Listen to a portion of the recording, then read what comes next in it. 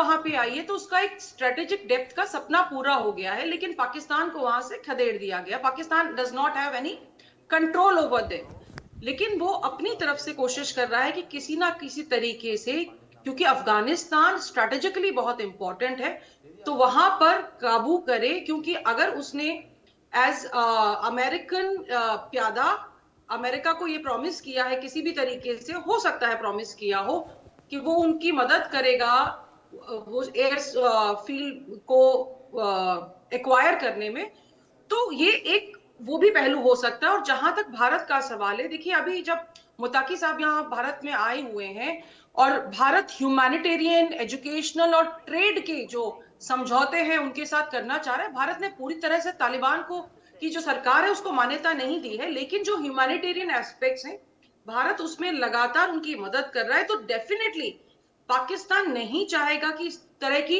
नजदीकियां बने, क्योंकि अब काउंसलेट भी खोलेंगे, कई जगह परमिशंस भी दे दिए हैं, हो सकता है इंडियन डिप्लोमेट्स भी वहां जाके अपने ऑफिसेस स्टैब्लिश करें। तो ये पाकिस्तान के लिए डेफिनेटली बहुत बौखलाहट वाली बात है। और कहीं ना कहीं टाइमिंग अगर हम देखें तो जिस तरह पे ये हमला आया है भारत में, जब उनके विदेश मंत्री हैं और अफगानिस्तान की संप्रभुता पे ये हमला है, अब देखिए प्रॉक्सी वॉर से लेकर ये स्ट्रेट डायरेक्ट अटैक बन गया है, तो ये कहीं ना कहीं एक चेतावनी, कड़ा संदेश अफगानिस्तान को दिया जा रहा है कि please stay away from India, as जी हमारे जो हित हैं वो कहीं ना कहीं मैच नहीं करते हैं। जी over to you Abhishek ji. जी जी अरविंद जी, दूसरी ओर जिस तरीके से इस वक्त तालिबानी सरकार के विदेश मंत्री मुतक्की भारत के दौरे पर आए हुए हैं, क्या इससे एक तरफ ये भी माना जाए कि जो भारतीय सरकार है वो तालिबानी सरकार को भी महत्व देती हुई नजर आ रही है, और इस बात की तिलमिलाहट पाकिस्तान में? बिल्कुल ठीक कहा अभिषेक जी। और जैसा कि हिमांशी जी ने भी जिक्र किया, मैं आप दोनों की ही बातों को मिला के ये जी बात कहना चाहता हूँ कि भारत के लिए तो तालिबान हमेशा से महत्वपूर्ण रहा ही है। और अगर जिस समय भारत के और तालिबान के रिश्ते ठीक नहीं थे और पाकिस्तान का प्रभाव था, तो भारत के लिए बहुत सारी समस्याएं भी खड़ी हुई है। हम जो कांधार जो हवाई जो अपहरण जो है वो हम जानते हैं, वो यहाँ से जसवंत सिंह जी साहब उन टेररिस्टों को छोड़ने गए थे, तो हमें वो सब कुछ पता है। तो तालिबान अगर भारत के पक्ष में है तो भारत तो जी चाहेगा ही ऐसा। और अगर तालिबान भारत के पक्ष में, तो समझिए अभिषेक साहब की जो पाक ऑक्युपाइड कश्मीर के लोग हैं वहां पे भी विद्रोह आएगा, क्योंकि एक सीधा रास्ता भारत को जरूरत होगी अफगानिस्तान तक पहुंचने के लिए, और वो पाक ऑक्युपाइड कश्मीर से ही जाता है। जी तो पाकिस्तान को इस बात की भी चिंता है कि कहीं भारत और जो वहां की अफगानिस्तान की जो सरकारें हैं, तालिबान सरकार हैं, वो दोनों मिलकर जी हमारे पीओके को कहीं डिस्टर्ब ना कर ले, तो जी ये चिंता भी है। और जी उसके अलावा टीटीपी तो अपने आप में चैलेंज है ही पाकिस्तान के लिए। पख्तून बिल्कुल नहीं चाहते हैं कि वे पाकिस्तान के साथ रहे, वो अपने लिए एक नई जमीन चाहते हैं, पाकिस्तान से अलग होना चाहते हैं। तो ये सारे चैलेंजेस हैं, और इसी चैलेंजेस को, और ये कोई छोटा मोटा हमला नहीं है, ये ठेठ अंदर तक काबुल में हमला किया गया है। जी ये ऐसा नहीं है कि सीमा पार पे कोई वो किया है, या वहां पे एक बाहर का इलाका वहां पे किया गया है, ये अंदर जाके खुला दरअसल ये चुनौती है। और इस तरीके की चुनौती को काबुल में जो बैठे लोग हैं, जो तालिबान के लोग हैं, वो बिल्कुल बर्दाश्त नहीं करेंगे। और टीटीपी जो चीफ है नूर वली साहब, तो नूर वली महसूद साहब ने भी कहा है कि नहीं, इसका जवाब दिया जाएगा। और वो पाकिस्तान को बहुत करीब से जानते हैं, क्योंकि वो वहीं की पैदाइश है, तो वो जाहिर तौर पे कुछ नई चीज कर रहे हैं। और मुझे लगता है कि आगे आने वाले दिनों में पाकिस्तान का ये जो पूरा बॉर्डर, अफगानिस्तान से लगता हुआ बॉर्डर है, वो पूरा तनाव से ग्रस्त रहेगा। और ऐसे में अगर भारत की तरफ भी अगर तनाव बढ़ता है, तो पाकिस्तान के लिए स्थितियां संभालना मुश्किल हो जाएगा, तब जबकि उसकी अर्थव्यवस्था वाकई खस्ता हाल में है। जी अभिषेक साहब। जी जी हिमांशु जी, क्या ऐसे में ये माना जाए कि जो ये पूरा दौरा इस वक्त देखने को मिल रहा है, इससे पाकिस्तान तिलमिलाकर भारत के ऊपर किसी तरीके से एक बार फिर से हमले की प्लानिंग कर सकता है? क्योंकि पाकिस्तान की बौखलाहट जो है लगातार साफ तौर पर देखने को मिल रही है।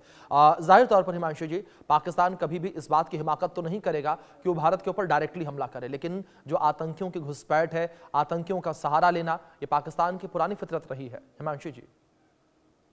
जी अभिषेक, देखिए आपके सवाल में ही जवाब छुपा हुआ है। जी पाकिस्तान की फितरत है कि उसको पता है कि इन नंबर्स जी Indian army, Indian defence forces as a पूरा कंट्री हम उसको आउट नंबर करते हैं। तो पाकिस्तान के पास दो तरीके हैं। जी एक तो वो अपनी टेक्नोलॉजी को बहुत आगे ले जाए, जिस तरीके की वो जहाज खरीदता है, जिस तरीके की वो टेक्नोलॉजी खरीदता है, वो बाहर से वो हमसे एडवांस टेक्नोलॉजी हमेशा खरीदने की कोशिश करता है। ये एक फैक्ट है। जी जी दूसरी चीज, उसको पता है कि वो हमसे सीधी लड़ाई नहीं लड़ सकता। इसीलिए देखिए 1980 से उसने ये एक तरीका अपनाया है कि इंडिया के साथ वो प्रॉक्सी वॉर करे।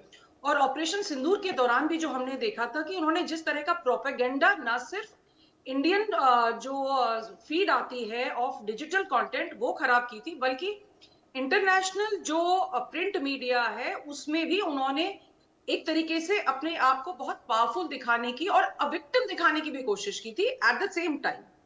तो पाकिस्तान इस तरह की हिमाकत करता है, और वो ये एक और चीज जो हमें जताने की कोशिश कर रहा है कि अफगानिस्तान की जो भी हलचल भारत की तरफ होगी उस पर वो डायरेक्टली किसी ना किसी तरीके से उसको सैबोटाज करने की कोशिश करेगा। तो ये चीजें बहुत क्लियर है।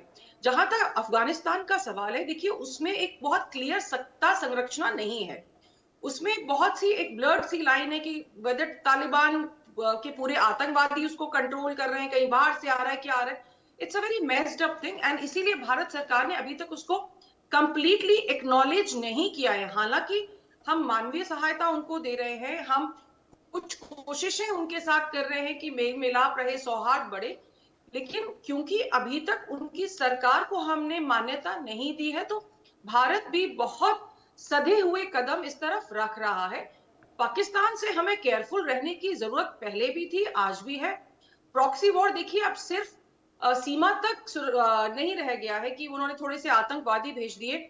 अब प्रोपोगेंडा चलाया जाता है, आपकी इकोनॉमी को डिस्टर्ब करने की कोशिश की जाती है, आपकी कम्युनल हार्मनी को डिस्टर्ब करने की कोशिश की जाती है।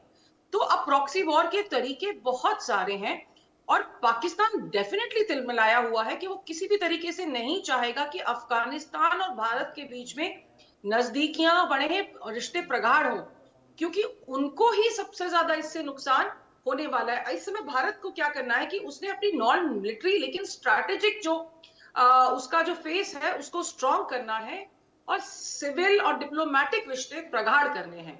इसी तरीके से हम पाकिस्तान को भी कहीं ना कहीं कंट्रोल कर पाएंगे, क्योंकि पाकिस्तान के लिए दो फ्रंट खुले होने बहुत जरूरी हैं। उसको अफगानिस्तान में डिस्टर्ब रहना बहुत जरूरी है ताकि उसका ध्यान उधर ही फैला रहे। उसके तो खैर पीओके में भी अभी उसके पास बहुत कुछ है, it has too much to handle. लेकिन ये शैतान और शातिर लोग हैं, ये बहुत आगे की लंबी जी पारियां खेलते हैं। Over to you.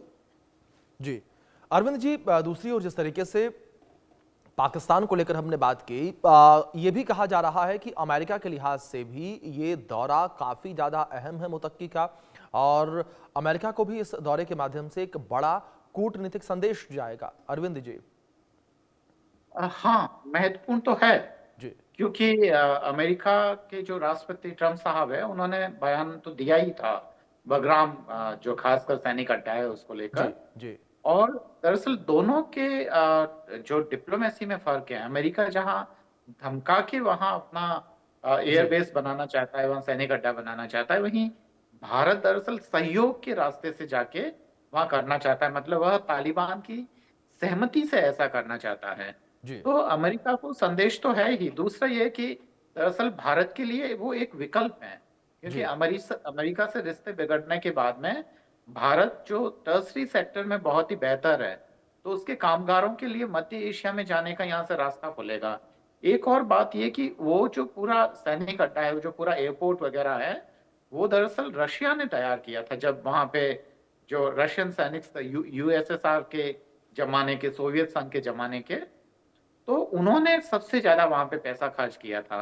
और इसलिए भी मुझे लगता है कि भारत रूस दोस्ती के मायने में भी दरअसल अगर उस पे किसी का कब्जा होना चाहिए तो वह भारत इसके जरिए न केवल चीन पे नजर रख सकता है, वह मध्य एशिया से भी जोड़ सकता है। तो ये तमाम है, तो अमेरिकी संदर्भ में भी बिल्कुल देखा जाना चाहिए। और बहुत सारे लोग ऐसा मानते हैं, बहुत सारे विशेषज्ञ ये मान रहे हैं कि इस हमले के पीछे हो सकता है कि अमेरिका का कोई ऐसा आदेश हो पाकिस्तान के लिए, जिसको पूरा करने के लिए पाकिस्तान ने ऐसा किया है। और जो समय चुना है वह भी वाकई गौर करने लायक है, जबकि उनके जो विदेश मंत्री हैं वो भारत की यात्रा पर है। जी जी अभिषेक साहब। जी हिमांशु जी, अगर यहाँ पर बात की जाए इस बेस को लेकर, जिसको लेकर लगातार एक खींचतान चलती हुई नजर आ रही है, तो ऐसे में क्या हिमांशु जी आपको लगता है कि जो तालिबानी सरकार मौजूदा समय में है वो अमेरिका को कभी भी अपना एयरबेस देगी इस्तेमाल करने के लिए? हिमांशु जी देखिए, फिलहाल जो ये बॉम्बिंग हुई है, इसका सीधा जो संपर्क है वो जी बडगाम से हम ना करेंगे तो भी चलेगा, जी क्योंकि इस समय जिस तरह की बयानबाजी रशिया ने की है, ईरान ने की है, और बहुत सारी कंट्रीज जो लगातार इस चीज को अपोज कर रही हैं, बहुत क्लियरली अपोज कर रही हैं, जी तो कहीं ना कहीं ये बडगाम और इससे थोड़ा सा अलग है। मुझे लगता है कि ये सीधे तौर पर टीटीपी को मजा चखाने की कोशिश पाकिस्तान की तरफ से की गई है। हालांकि जो हमारा बगराम है वो एक तरीके से आप देखें तो स्ट्रैटेजिकली बहुत इंपॉर्टेंट है। वहां पर लॉजिस्टिक्स और एयरबेस के तौर पे वो महत्वपूर्ण है, इसीलिए यूएस प्रेसिडेंट बहुत क्लियरली उसको पाना चाह रहे हैं। लेकिन फिलहाल की जो घटना है वो टीटीपी की बॉम्बिंग को लेकर ज्यादा महत्वपूर्ण है। और देखिए, ये तो हम कायस ही लगा रहे हैं। अब जब इंटेलिजेंस सामने आएगी और पूरा जब इसकी जांच होगी, पता चलेगा कि किस तरीके से पाकिस्तान ने ये हिमाकत की है कि एक कंट्री में जाकर अंदर तक स्ट्राइक करे। अफगानिस्तान के पास ना अपनी एयरफोर्स है, ना उसके पास अपनी नेवी है। जी तो पाकिस्तान ये उनको जताना चाह रहा है कि जी आपके एयर स्पेसेस पे हमारा आधिपत्य है, अगर आप हमारी बात नहीं मानेंगे तो हम ये एक आपको सिर्फ चेतावनी दे रहे हैं कि हम इस तरीके के हमले आपके यहाँ पर कर सकते हैं। जी लेकिन इस समय इसको बगराम की घटना से मुझे लगता है जोड़ना उचित नहीं होगा। लेट्स वेट एंड वॉच, क्योंकि ये बहुत हद तक भारत और अफगानिस्तान के रिश्ते और टीटीपी उन पे हमले की कोशिश है, ना कि बगराम को इस समय इससे कनेक्ट करना चाहिए, क्योंकि भौगोलिक जो दूरी है वो भी है, क्षेत्रीयता और बाकी अगर चीजों को भी हम देखें तो मुझे नहीं लगता कि फिलहाल इस पर्टिकुलर एयर स्ट्राइक में उसका कोई लेना देना है। जी अरविंद जी, दूसरी ओर जिस तरीके से लगातार इन तमाम चीज़ों को लेकर चर्चा यहाँ पर चलती नजर आ रही है, इन हमलों को लेकर जिक्र किया जा रहा है, जिस तरीके से हिमांशु जी ने भी अभी जिक्र किया कि टीटीपी को मजा चखाने की कोशिश यहाँ पर पाकिस्तान के द्वारा की गई।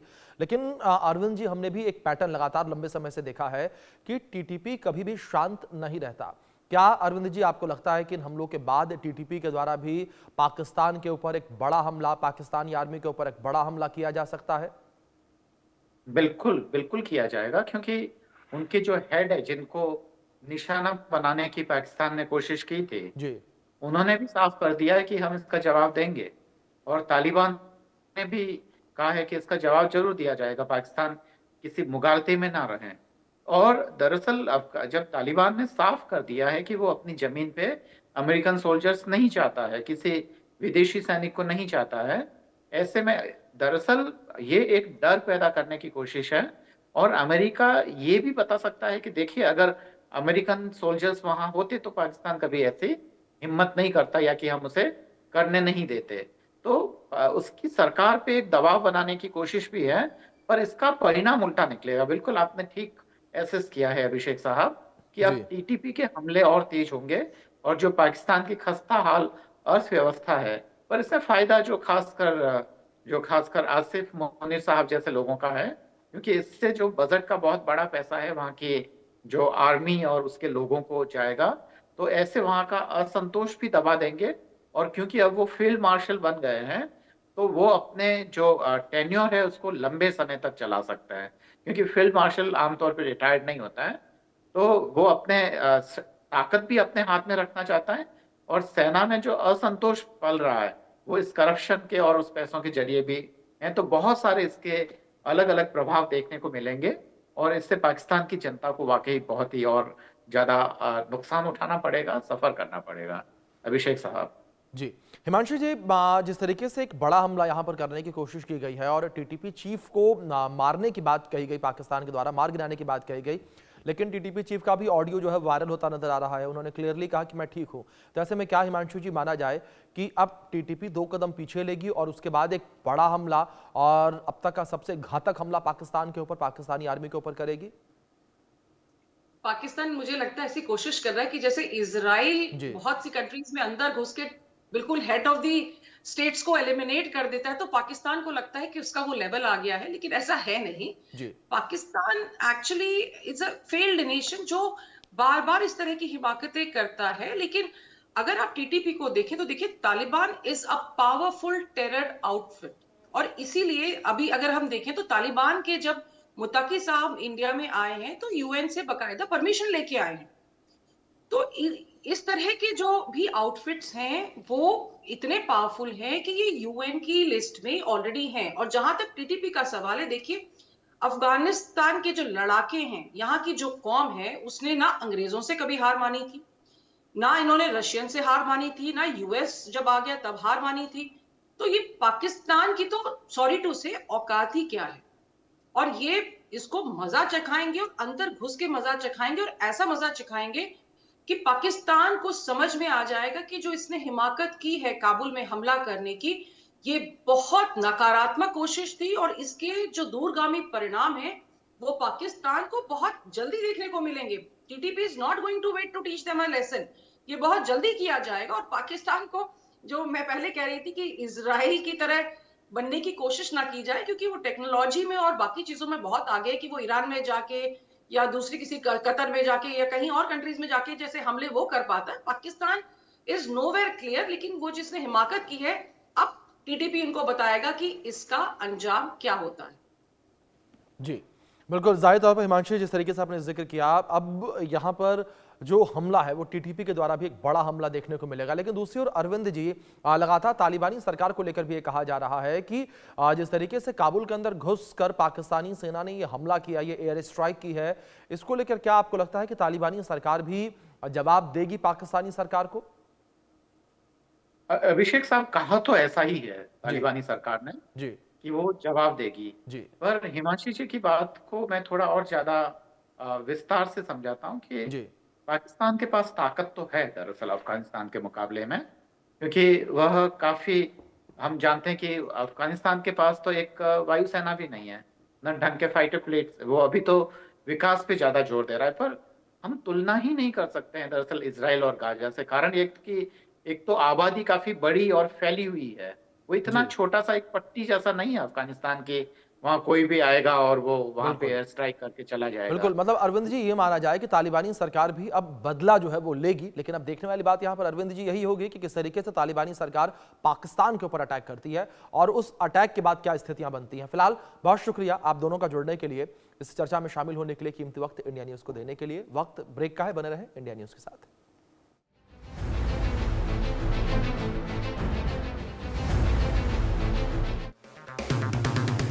अगर आप